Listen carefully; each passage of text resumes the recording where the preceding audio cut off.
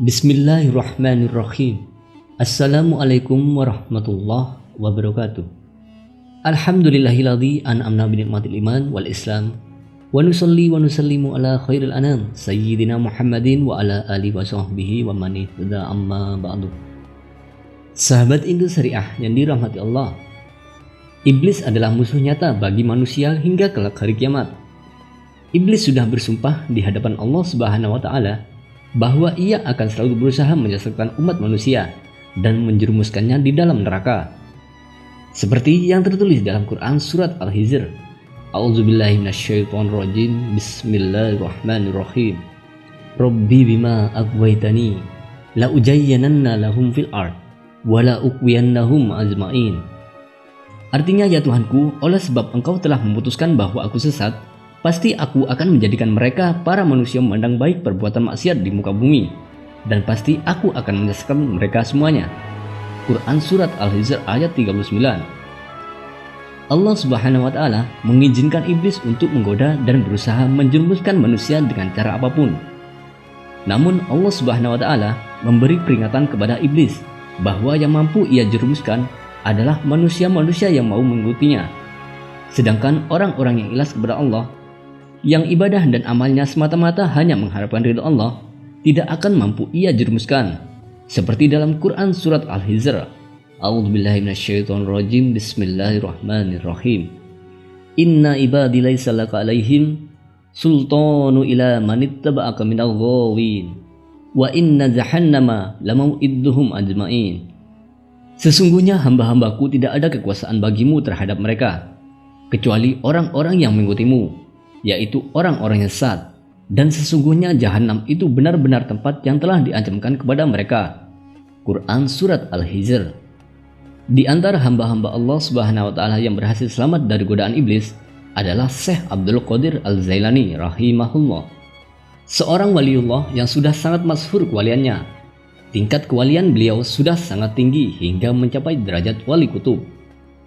Dikisahkan suatu ketika Syekh Abdul Qadir Al-Jailani bercerita kepada para muridnya bahwa ia pernah mengalami sebuah kejadian, yaitu suatu malam ketika bermunajat mendekatkan diri kepada Allah, tiba-tiba dari sudut atas mihrab muncul cahaya yang sangat menyilaukan. Dari arah cahaya tersebut terdengar suara, "Wahai Abdul Qadir, aku ini Tuhanmu, kamu adalah kekasihku. Kini aku akan meringankan syariat untukmu. Apa yang aku haramkan sebelumnya, sekarang aku halalkan untukmu." Syekh Abdul Qadir Al-Jailani tertegun mendengar suara tersebut.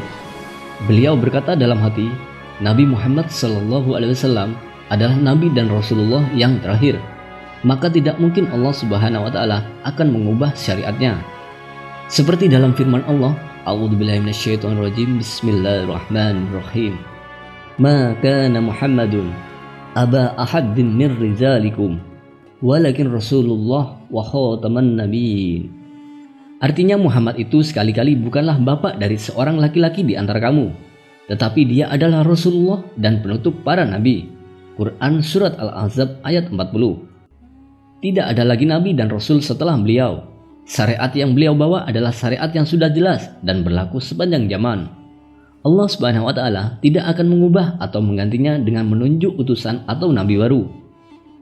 Setelah sadar dari kekagetannya, Syekh Abdul Qadir Al-Jailani kemudian yakin bahwa cahaya yang datang itu bukan suara Tuhan, melainkan iblis. Lalu beliau mengucapkan ta'awudz, A'udzubillahi isma'il alim minasyaitonirrajim, yang maknanya aku berlindung kepada Allah yang maha mendengar lagi maha mengetahui dari setan yang terkutuk. Sirnalah kau wahai lain. Tiba-tiba cahaya itu terbakar sambil berkata, sudah banyak orang yang telah aku perdayai, tetapi engkau luput dari tipu dayaku ini. Sesaat setelah kejadian tersebut, tiba-tiba cahaya iblis yang terbakar itu pun padam, dan sedikit demi sedikit hilang dari pandangan Syekh Abdul Qadir Al-Jailani. Beliau terus menyendiri, menikmati keindahan alam sebagai bukti kebesaran Allah Subhanahu wa taala. Namun lagi-lagi iblis tidak putus asa. Ia tetap berusaha agar bisa menipu dan menjerumuskan Syekh Abdul Qadir Al-Jailani. Walaupun ia telah gagal dengan tipuan yang pertama, ia tetap melancarkan tipuan selanjutnya.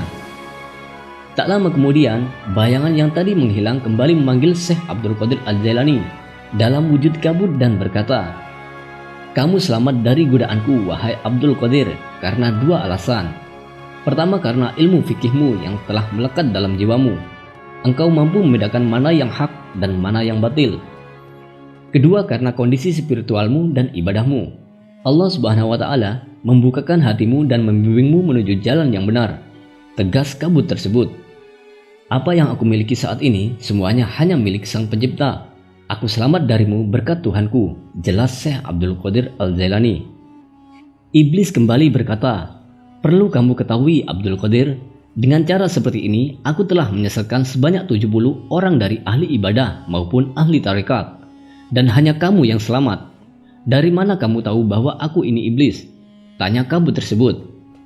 Beliau lalu menjawab, Lirabbiyal fadlu wa minnah. Keutamaan dan anugerah hanya milik Tuhanku. Semua karena fadilah Allah Subhanahu wa Ta'ala. Aku diberi petunjuk olehnya melalui perkataanmu, yaitu apa yang aku haramkan sebelumnya, sekarang aku halalkan untukmu.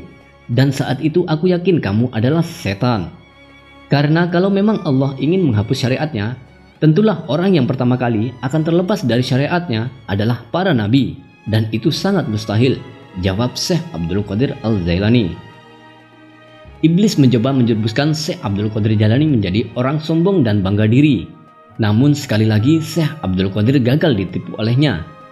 Beliau tetap bertawadhu dan merendah.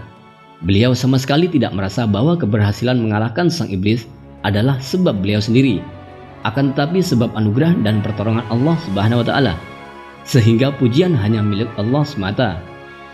Dari keheningan cerita dari Syekh Abdul Qadir Jailani, salah satu di antara murid ada yang bertanya, "Ya Syekh, bagaimana bisa Anda tahu kalau itu iblis?" Beliau menjawab, "Min qaulihi abahtu laka muharramat fa'allimtu annallaha ta'ala la ya'muru bil fahsya." Yaitu dari ucapannya, aku halalkan padamu segala perkara yang diharamkan, dan aku tahu bahwa sesungguhnya Allah Subhanahu wa Ta'ala tidak pernah memerintahkan perkara-perkara yang haram. Melihat percakapan Syekh Abdul Qadir Jailani dengan iblis, sudah jelas bahwa keimanan dan ketakwaan Syekh Abdul Qadir Al-Jailani kepada Tuhannya begitu mendalam. Hal itu sudah tentu tidak lepas dari ilmu yang dimiliki beliau. Begitu pentingnya ilmu, tak heran jika Rasulullah SAW selalu memohon tambahan ilmu kepada Allah Subhanahu wa Ta'ala. Wa qul rabbi zidni ilma, dan katakanlah Muhammad, ya Tuhanku, tambahkanlah aku ilmu pengetahuan.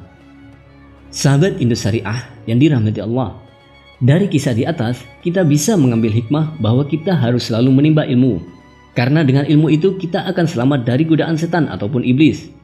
Perlu diingat bahwa iblis tidak akan pernah berhenti menggoda manusia hingga kelak hari kiamat.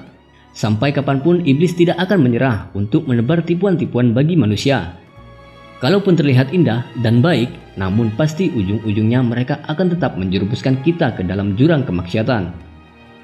Lantas bagaimana cara kita bisa mengetahui bahwa apa yang kita alami adalah tipu daya dari iblis?